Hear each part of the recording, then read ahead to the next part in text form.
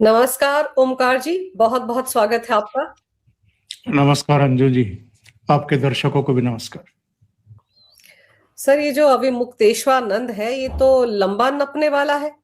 प्रयागराज के वो जो पॉक्सो का स्पेशल कोर्ट है, उसने जिस तरह से कहा है कि एफआईआर दर्ज की जाए, तो पॉक्सो के मामले में तो एफआईआर दर्ज होने के साथ ही गिरफ्तारी होती है।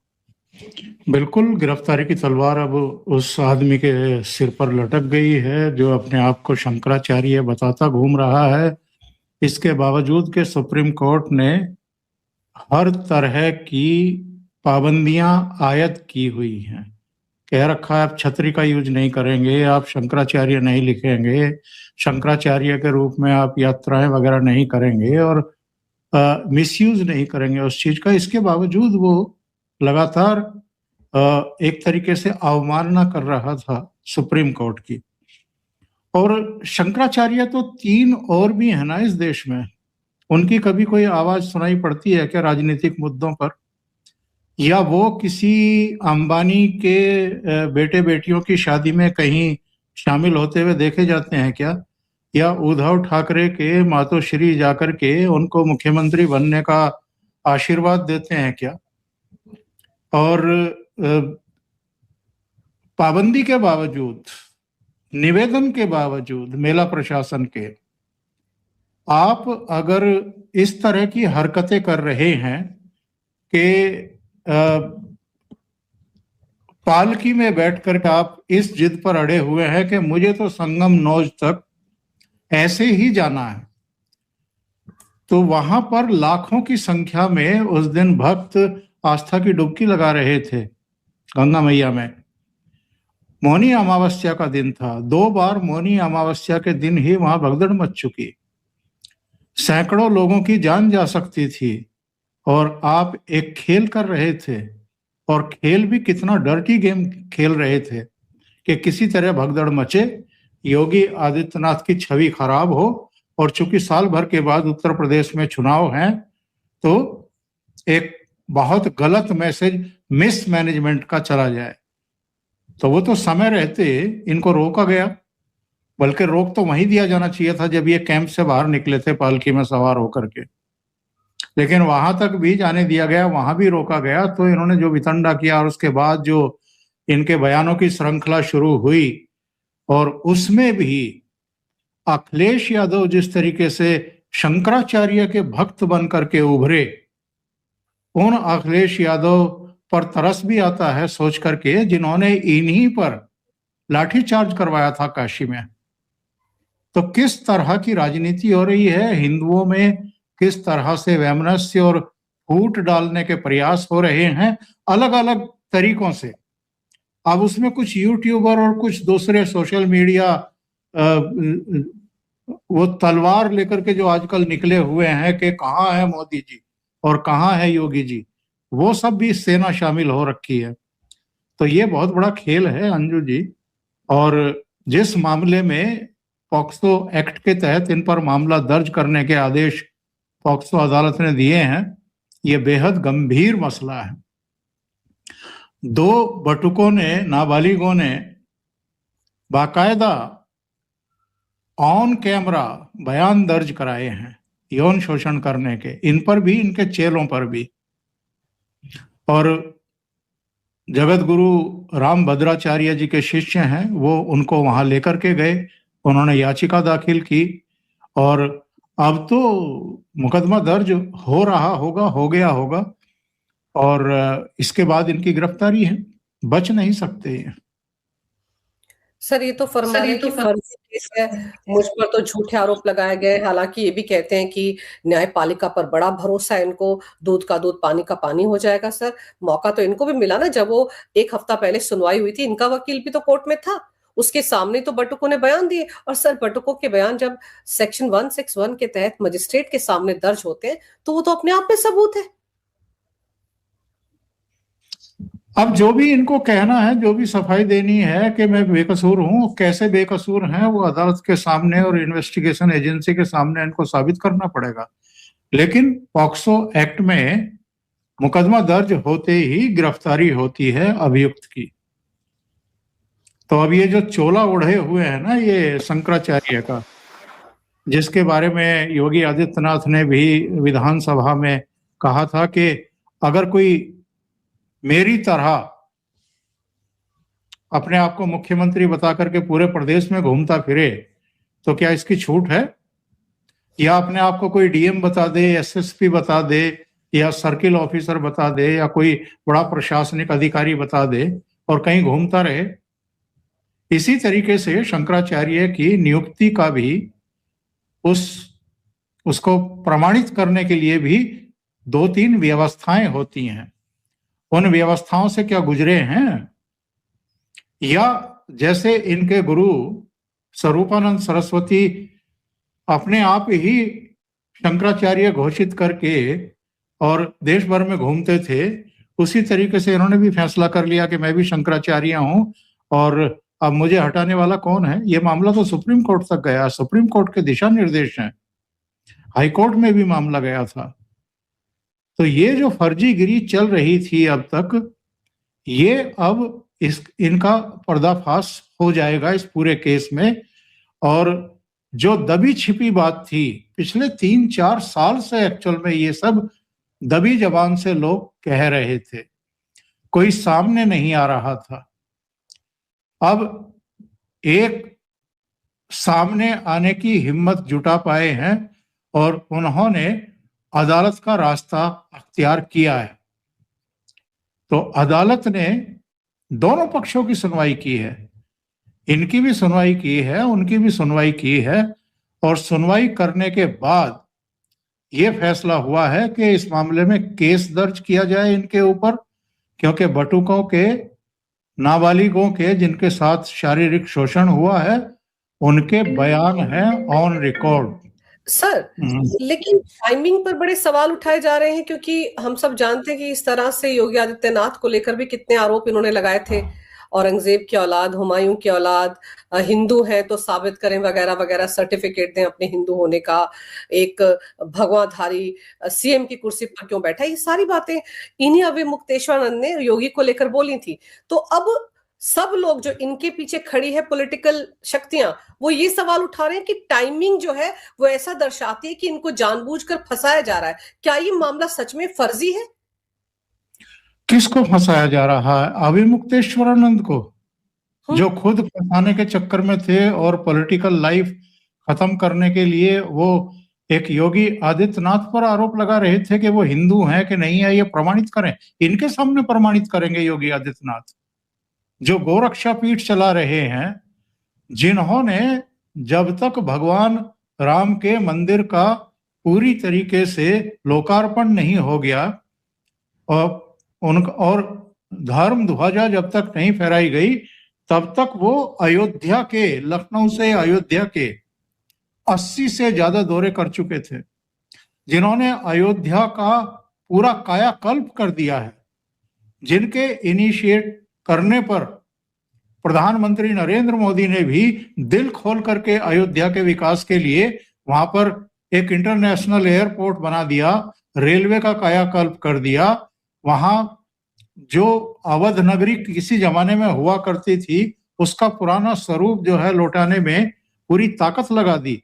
और यही योगी आदित्यनाथ, जो काशी नगरी के परिवर्तन के लिए, कायाकल्प के लिए लगातार काशी के भी दौरे करते रहे, जो मथुरा को लेकर के संकल्पित हैं कि हमें मथुरा को भी वैसा ही बनाना है, जिन्होंने उत्तर प्रदेश का भाग्य बदल दिया एक तरीके से, उनको, ऐसे लोगों जो पॉक्सो एक्ट में केस में फंसे हुए हैं, ऐसे लोगों के सामने खुद को साबित करना है कि मैं हिंदू हूं या मैं सनातनी हूं। ऐसे लोग जो पाखंडी हैं, जो शंकराचार्य ना होते हुए भी खुद को शंकराचार्य बता करके ऐशो आराम कर रहे हैं, ऐशो आराम कूट रहे हैं।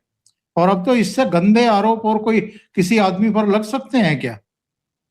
तो ऐसे लोगों के सामने प्रमाणित करें, योगी आदित्यनाथ के सामने, हिंदू हूं कि नहीं, मैं सनातन हूं, सनातनी हूं कि नहीं हूं। उनका गोरक्षक पीठ जो है उसी के बारे में जान लेते कि वहां पर कितना बड़ा काम होता है। दूसरी बात यह है कि जहां तक टाइमिंग का प्रश्न है, टाइमिंग तो इनसे पूछा जाना चाहिए ना।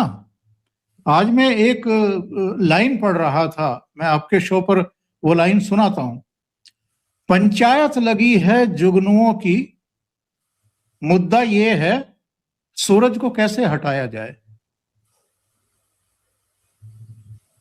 कितनी तरह की पंचायतें आजकल हो रही हैं, कितने तरह के सुर हमें सुनाई पड़ रहे हैं आजकल, और कौन कौन लोग हैं जो हिंदुओं की बात कर रहे हैं, सनातन की बात कर रहे हैं, जो इटावा से लेकर के और पता नहीं कहां कहां तक मंदिर खड़े कर रहे हैं। क्यों? एक एक मंदिर बना था ना राम जी, भगवान राम का, वहां गए क्या आज तक? ये तथाकथित शंकराचार्य गए हों या राहुल गांधी गए हों या अखिलेश यादव गए हों, इनमें से कोई गया हो? क्यों नहीं गए? वो तो जो मंदिर बनवाने वाली संस्था है वो भारतीय जनता पार्टी की नहीं है, वो अलग है। लेकिन हर चीज को अलग रंग में रंगना और जिनके इनको वोट चाहिए उनको तुष्ट करने की कोशिश करना, उनको खुश करने की कोशिश करना, वो नाराज ना हो जाए इस बात का ध्यान रखना।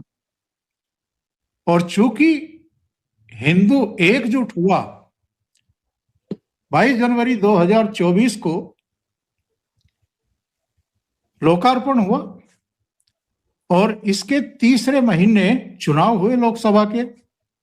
इस बीच ही इन लोगों ने जो रायता फैलाया था कि अब की बार 400 पार क्यों नारा दिया जा रहा है, और ये इसलिए कि संविधान बदल देंगे, आरक्षण छीन लेंगे, तमाम तरह की बातें कहकर के इन्होंने हिंदुओं को विभक्त करने का काम किया। और हिंदू भी भोले भाले हैं, बहुत जल्दी किसी के बहकावे में आ जाते हैं। आजकल भी तो यही हो रहा है। आप सोशल मीडिया पर देख लीजिए, बाकी चैनलों पर देख लीजिए, किस तरीके से टारगेट कौन है। अभी तो प्रधानमंत्री नरेंद्र मोदी हैं, और किस मुद्दे को लेकर के ये रार जो है थमने का नाम नहीं ले रही है, यूजीसी की गाइडलाइंस को लेकर के। अंजू जी, अगर मुद्दा केवल यूजीसी की गाइडलाइन होता तो जिस दिन सुप्रीम कोर्ट ने रोक लगाई उस दिन ये मुद्दा खत्म हो जाना चाहिए था। बिल्कुल। क्यों इसे जिंदा रखे हुए हैं? क्यों इस पर तलवार भांजी जा रही है? क्यों लगातार मोदी को निशाना बना करके ये कहा जा रहा है कि मोदी को हटाओ, योगी को लाओ? नहीं, योगी भी निशाने पर हैं। ये लोग चाहते हैं कि उत्तर प्रदेश से किसी तरीके से योगी जाए, अखिलेश यादव आए और उसके बाद यहां ये नंगा नाच करें, जैसा नंगा नाच अभी एआई समिट में कांग्रेसियों ने किया है। तो वैसा ही नंग नाच ये यहां भी करना चाहते हैं, उत्तर प्रदेश में भी। तो ये सारे, अब मैं ये तो नहीं कहूंगा कि ये सब टूल किट के हिस्से हैं, लेकिन लग यही रहा है कि कहीं से संचालित हैं।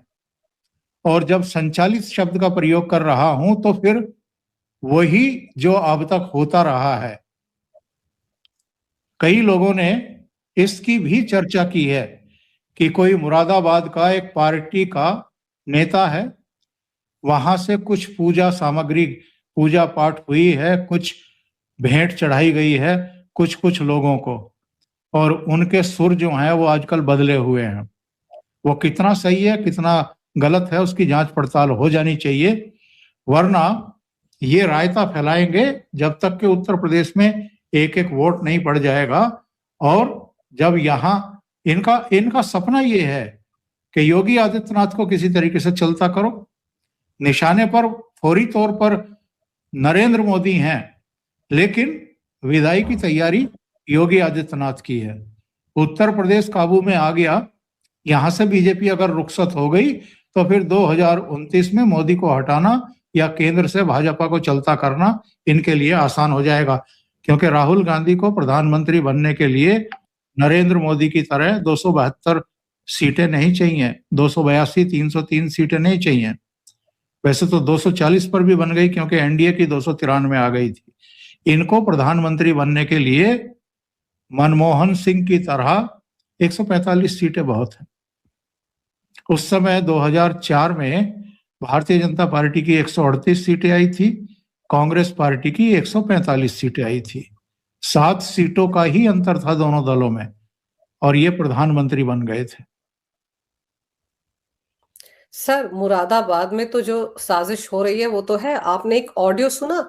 एक समाजवादी पार्टी के एक नेता का ऑडियो लीक हुआ है, जिसमें कि वो बता रहा है कि जो चैनल्स हैं, उन चैनल्स के मैं नाम नहीं लेना चाहूंगी, वो चैनल्स हैं, पता है कि कौन कौन से ऐसे चैनल्स हैं, टीवी चैनल्स जो उनके प्रोपेगेंडे को आगे बढ़ाते हैं, कि वहां पर शाम को कैसे कैसे टॉपिक्स रखने हैं और उन टॉपिक्स में सीधे सीधे टारगेट करना है योगी को, और ये बताने की कोशिश करनी है कि देखिए कैसे शाह और योगी के बीच में 36 का आंकड़ा है, केंद्र की जो सरकार है वो योगी को पसंद नहीं करी, इन मुद्दों पर चैट होनी चाहिए, इन मुद्दों पर डिस्कशन होना चाहिए, ये बताया जा रहा है।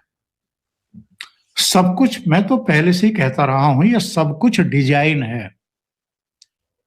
ये सत्य असत्य और पता नहीं कौन कौन से, इन पर इनके आप टोटल कंटेंट उठा के देख लीजिए, इनके गेस्ट उठा के देख लीजिए, उनके चर्चा के विषय उठा करके देख लीजिए।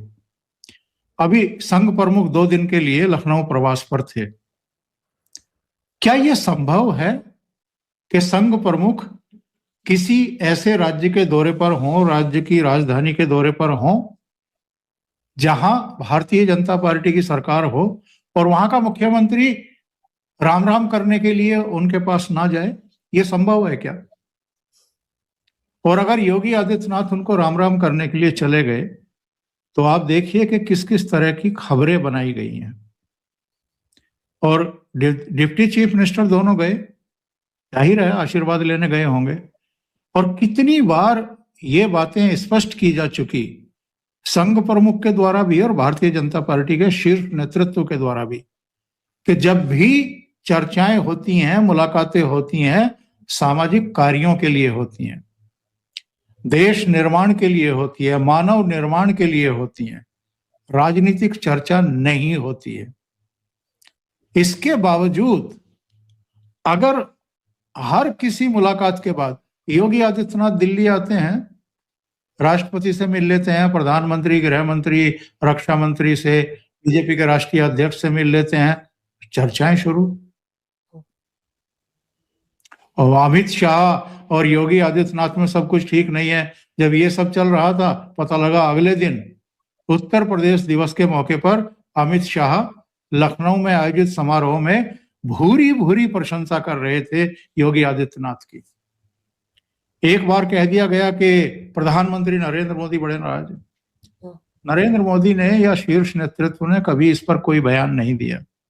बस मोदी जी ने एक काम किया, लखनऊ प्रवास पर थे, राजभवन में दोनों बरामदे में मोदी जी योगी जी के कंधे पर हाथ रख करके बरामदे में 2-3 चक्कर लगाए, जरा वीडियो निकाले गए, कुछ फोटोग्राफ निकाले गए और इन सब को मैसेज दे दिया गया कि योगी। और दूसरी बात, मैं एक और बात कहता हूं अंजू जी, योगी आदित्यनाथ का कद, लोकप्रियता, उनकी स्वीकार्यता, उनका सम्मान, वो अब केवल उत्तर प्रदेश तक सीमित नहीं रह गया है। जिन लोगों को ये गलतफहमी है कि योगी आदित्यनाथ के भाग्य का फैसला कोई और करेगा, ये बड़ी भारी गलतफहमी में लोग हैं। और गलतफहमी में ये भी नहीं है, पता इनको भी है कि योगी आदित्यनाथ आज बीजेपी की टॉप लीडरशिप में है। ये जानबूझ करके इस तरह के माहौल बनाते हैं, इस तरह का कंटेंट तैयार करवाते हैं, गेस्ट बुलवाते हैं और साजिश रचते हैं कि इनमें झगड़ा दिखाया जाए। वरना योगी आदित्यनाथ केवल उत्तर प्रदेश तक सीमित रहते हैं क्या? मुझे तो याद है जब ग्रेटर हैदराबाद के म्युनिसिपल के चुनाव हो रहे थे तो वहां भी चुनाव प्रचार कर रहे थे। वो तो मुंबई भी गए थे, वो तो महाराष्ट्र के अलग अलग इलाकों में गए थे, वो तो जम्मू कश्मीर भी गए थे चुनाव प्रचार के लिए, वो तो हरियाणा भी गए थे, वो तो दिल्ली में भी आए थे, वो तो बिहार भी गए थे। बिल्कुल। तो वो केवल उत्तर प्रदेश के मुख्यमंत्री रह गए हैं क्या? उनका कद यहां तक इन्होंने सीमित करने की कोशिश की। और कोई उप मुख्यमंत्री कोई जरा सा बयान दे दे कुछ भी तो उसको लेकर के नाचने लगते हैं, क्योंकि इनकी अपनी जमीन, अपनी विश्वसनीयता, मतदाताओं में इनका भरोसा, साख, वो सब मिट्टी में मिल चुकी है। इनको लगता है कि इसी तरह की चर्चा करवाओ मीडिया में और एक मतदाताओं में भ्रम फैलाने की कोशिश करो, उनको विभाजित करो, योगी समर्थक और मोदी समर्थक, यानी बीजेपी समर्थक नहीं। एक गैंग बन गया है मोदी समर्थकों का, एक गैंग बन गया है इन्हीं में से। बीजेपी समर्थकों में कोई कंफ्यूजन नहीं है, लेकिन इनमें कुछ मोदी की बुराई करते हैं, कुछ प्रशंसा करने लगते हैं, कुछ, और ये सब आईटी सेल के जरिए हो रहा है। अलग अलग पॉलिटिकल पार्टियों के आईटी सेल जो हैं वो यही काम कर रहे हैं। ट्विटर पर जाइए और कोई एक बयान उस पर लिख करके देखिए, और इतने अननोन ट्विटर हैंडल वाले आपके ऊपर टूट पड़ेंगे जिसका कोई हिसाब किताब नहीं। कौन है ये, जिनका कोई नाम नहीं है, जिनका कोई चेहरा भी नहीं है? कोई अपने आप को कुछ लिखता है, कोई कुछ लिखता है, कोई अंग्रेजी 4-5 शब्द लिख देता है उल्टे सीधे, AVUCX, ये एक पहचान हो गई, और वो आएगा आपको गाली देकर के भाग जाएगा। ये कौन है? ये सब आईटी डिपार्टमेंट के लोग हैं, इनके अलग अलग पॉलिटिकल पार्टियों के, कि उनको लगता है कि जो हम प्रोपेगेंडा फैला रहे हैं उसको कोई आकर के स्पष्ट कर रहा है, तो उनको लगता है कि ये हमें खा आ गया है हमारे बीच में, तो इसको गालियां निकालो ताकि ये डिमोरलाइज होकर के आगे से फिर ट्विटर हैंडल पर ना आए। तो ये एक बहुत बड़ी साजिश चल रही है, और ये केवल देश के भीतर नहीं चल रही है। मैं पहले भी कह चुका हूं, ये देश के बाहर बैठी ताकतें भी हैं जो भारतीय जनता पार्टी को, नरेंद्र मोदी को, योगी आदित्यनाथ को, जो एक्चुअल में भारत की विकास की गति को तेज कर रहे हैं। मुझे ये बताइए कि अब से पहले 2014 से पहले कभी हुआ है क्या इस तरह का कोई AI समिट, या G20 की बैठक कभी हुई है क्या दिल्ली में? या अलग अलग देशों के जो राष्ट्र प्रमुख हैं वो क्या लालायित थे इससे पहले भारत के साथ FTA साइन करने के लिए, या व्यापार या व्यवहार करने के लिए? कोई देखता भी नहीं था, कोई झांकता भी नहीं था। आज 27 देशों की जो छतरी है, जो 27 देशों को रिप्रेजेंट करती है यूरोपियन यूनियन, उसके दोनों शीर्ष नेतृत्व उर्सुला और कोस्टा वो दिल्ली आते हैं और आकर के साइन करके जाते हैं FTA। तो ये लोग कैसे हजम करेंगे? सारा खेल ये है कि सत्ता पर किस तरीके से काबिज हुआ जाए और इनको कैसे बदनाम किया जाए, हिंदुओं में फूट कैसे डाली जाए। सर यही काम करने के लिए तो अभी मुक्तेश्वानंद को 2 करोड़ की वैनिटी वैन में बैठाकर माघ मेले में लाया गया था। 10 दिन तक प्रोपेगेंडा हुआ, अब तो उल्टा फंस गया। अब तो जो उस वक्त बड़े रो रहे थे इसके साथ खड़े होकर, अभी मुक्तेश्वानंद के साथ खड़े होकर, वो और ज्यादा रोएंगे क्योंकि वो बुरी तरह फंस गया। कोई बचा नहीं पाएगा इस मामले में। लेकिन सर ये जो आपने AI का जिक्र किया, इसमें देखो जैसा तमाशा हुआ, मतलब कोई सोच सकता है कि आप मोदी विरोध में सब तक आगे निकल जाएंगे कि देशद्रोही का काम कर डालेंगे?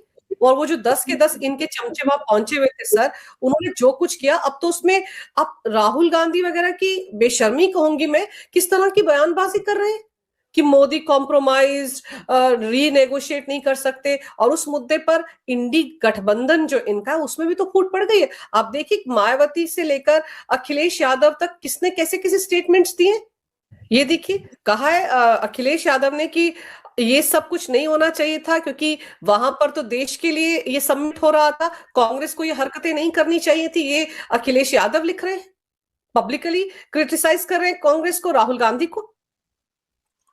अखिलेश यादव का भी बयान आया है, मायावती का भी बयान आया है, मनोज झा का भी बयान आया है, जो इनके सहयोगी दल हैं उन सब के बयान आए हैं, सभी ने क्रिटिसाइज किया है। एक्चुअल में क्या है अंजू जी, अब तक तो राहुल गांधी कांग्रेस के लिए समस्या बने हुए थे, अब देश के लिए समस्या बन गए हैं, और पार्टी के लिए ये लाइलाज बीमारी हो चुके हैं। इनका कोई इलाज पार्टी भी ढूंढ नहीं सकती क्योंकि ऐसे खानदान को बिलोंग करते हैं। और कांग्रेस पार्टी में भी जो गैरतमंद थे ना वो छोड़ करके जा चुके हैं।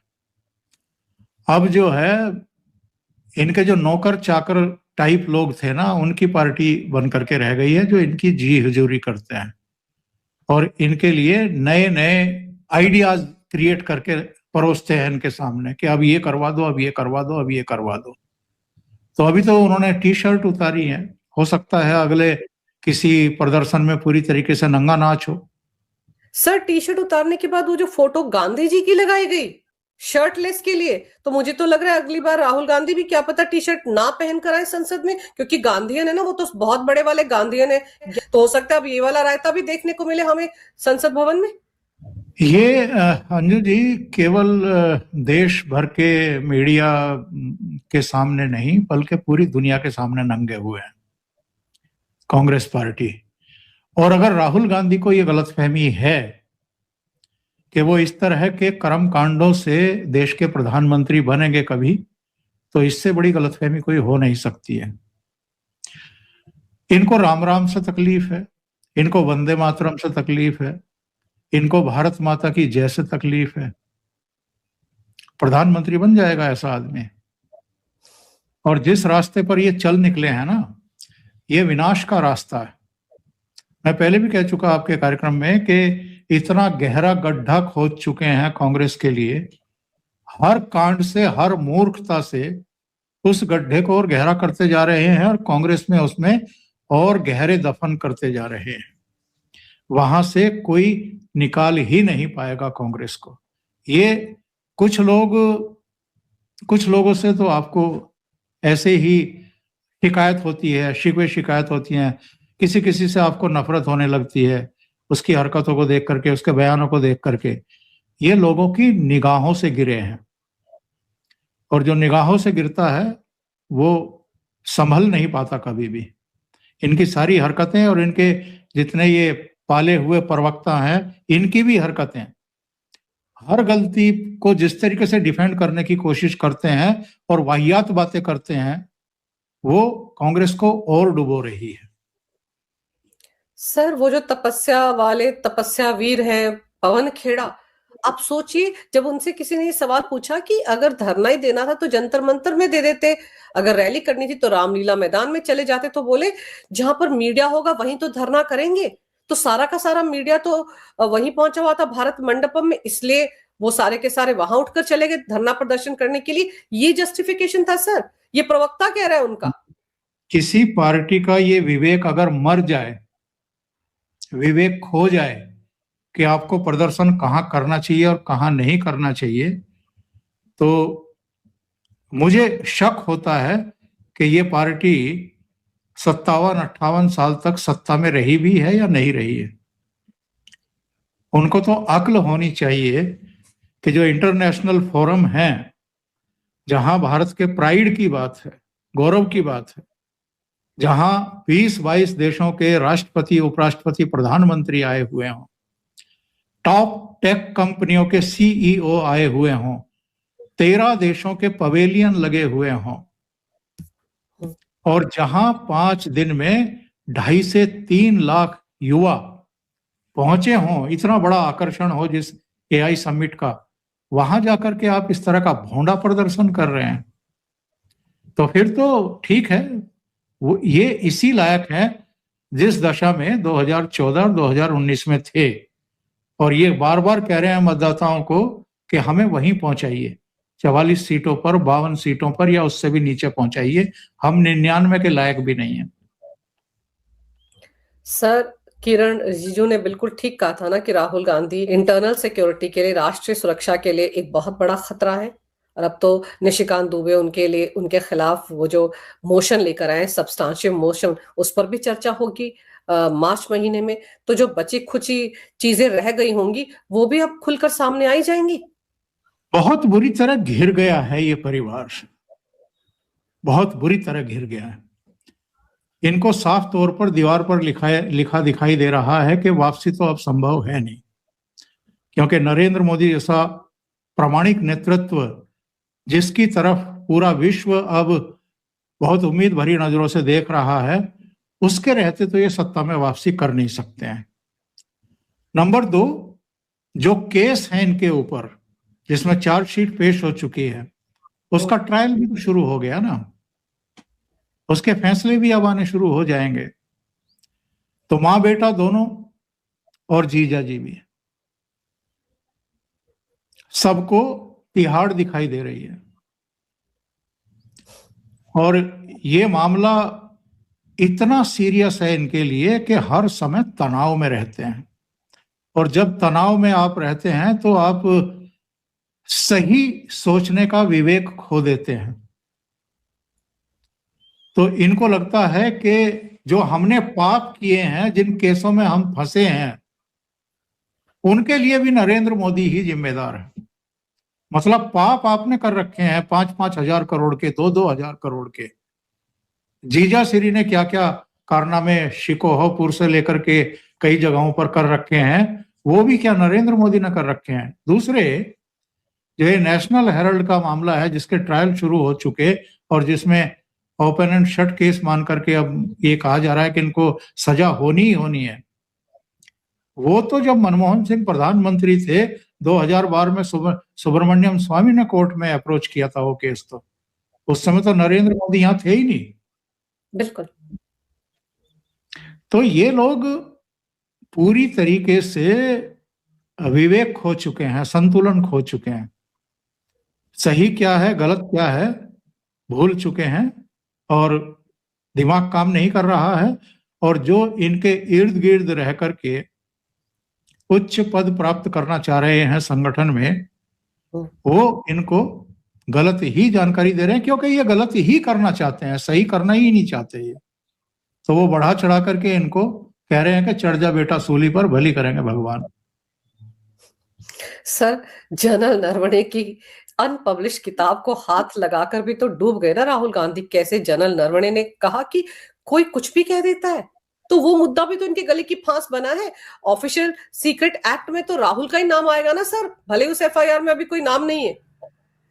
और देखिए, उसमें तो खैर जांच चली रही है, दिल्ली पुलिस की जो अपराध शाखा है उसने केस दर्ज किया है, वो नोटिस इशू कर चुका है।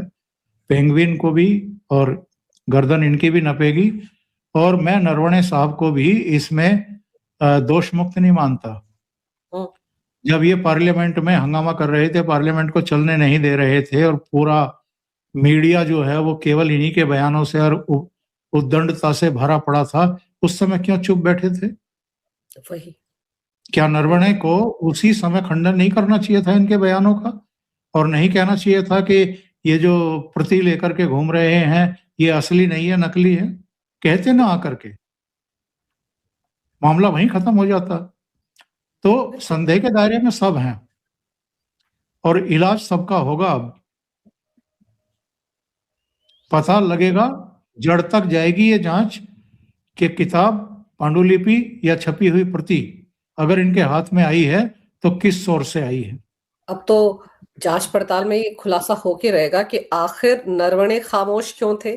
क्या वो भी फायदा ले रहे थे कि अच्छा उनकी किताब के चर्चे हो रहे हैं, और जो 2 साल से बंद पड़ी हुई किताब उस पर बात हो रही है, तो उन्होंने भी उसका फायदा उठाया। झुंझलाहट और थी अंजू जी, मुझे सीडीएस क्यों नहीं बनाया, झुंझलाहट वहां थी। सर, अगर वो इस तरह से अब पेश आ रहे हैं, तो मोदी जी तो बहुत दूर की नजर रखते हैं। उन्होंने बहुत पहले परख लिया होगा कि कितने कितने डिजर्विंग है वो सीडीएस बनने के लिए। ये भी तो सोचा जा सकता है ना। जब आप इस तरह की बातें करते हैं सर, देश हित से जुड़ी हुई बातें हैं, आपकी किताब है, बहुत अच्छी बात है, आपने किताब लिखी सर, अगर उसमें ऑब्जेक्शन लग गया तो उसकी एक भी लाइन बाहर नहीं आनी चाहिए। ये तो उनकी भी ड्यूटी है, लेकिन आई ना बाहर। तो ये सब मुद्दे ऐसे हैं सर जिन पे अभी जांच पड़ताल होगी तो बहुत सारे लोग बेनकाब होंगे। अभी तो ये जो अविमुक्त तेजवानंद है, इनके भी सितारे गर्दिश में आ गए हैं। देख, अब इस मामले की सुनवाई, अगली सुनवाई 13 मार्च को है। उससे पहले पहले तो उनकी गिरफ्तारी होना तय है। पॉक्सो में तो किसी को बख्शा नहीं जाता है। तो देखते हैं अब ऊंट किस करवट बैठता है इस मामले में। लेकिन आपने सर समय निकालकर बहुत सारे विषयों पर बड़ी अहम जानकारी मेरे दर्शकों को दी। आपका बहुत बहुत धन्यवाद। नमस्कार। भारत माता की जय। वंदे मातरम। जय हिंद। वंदे मातरम।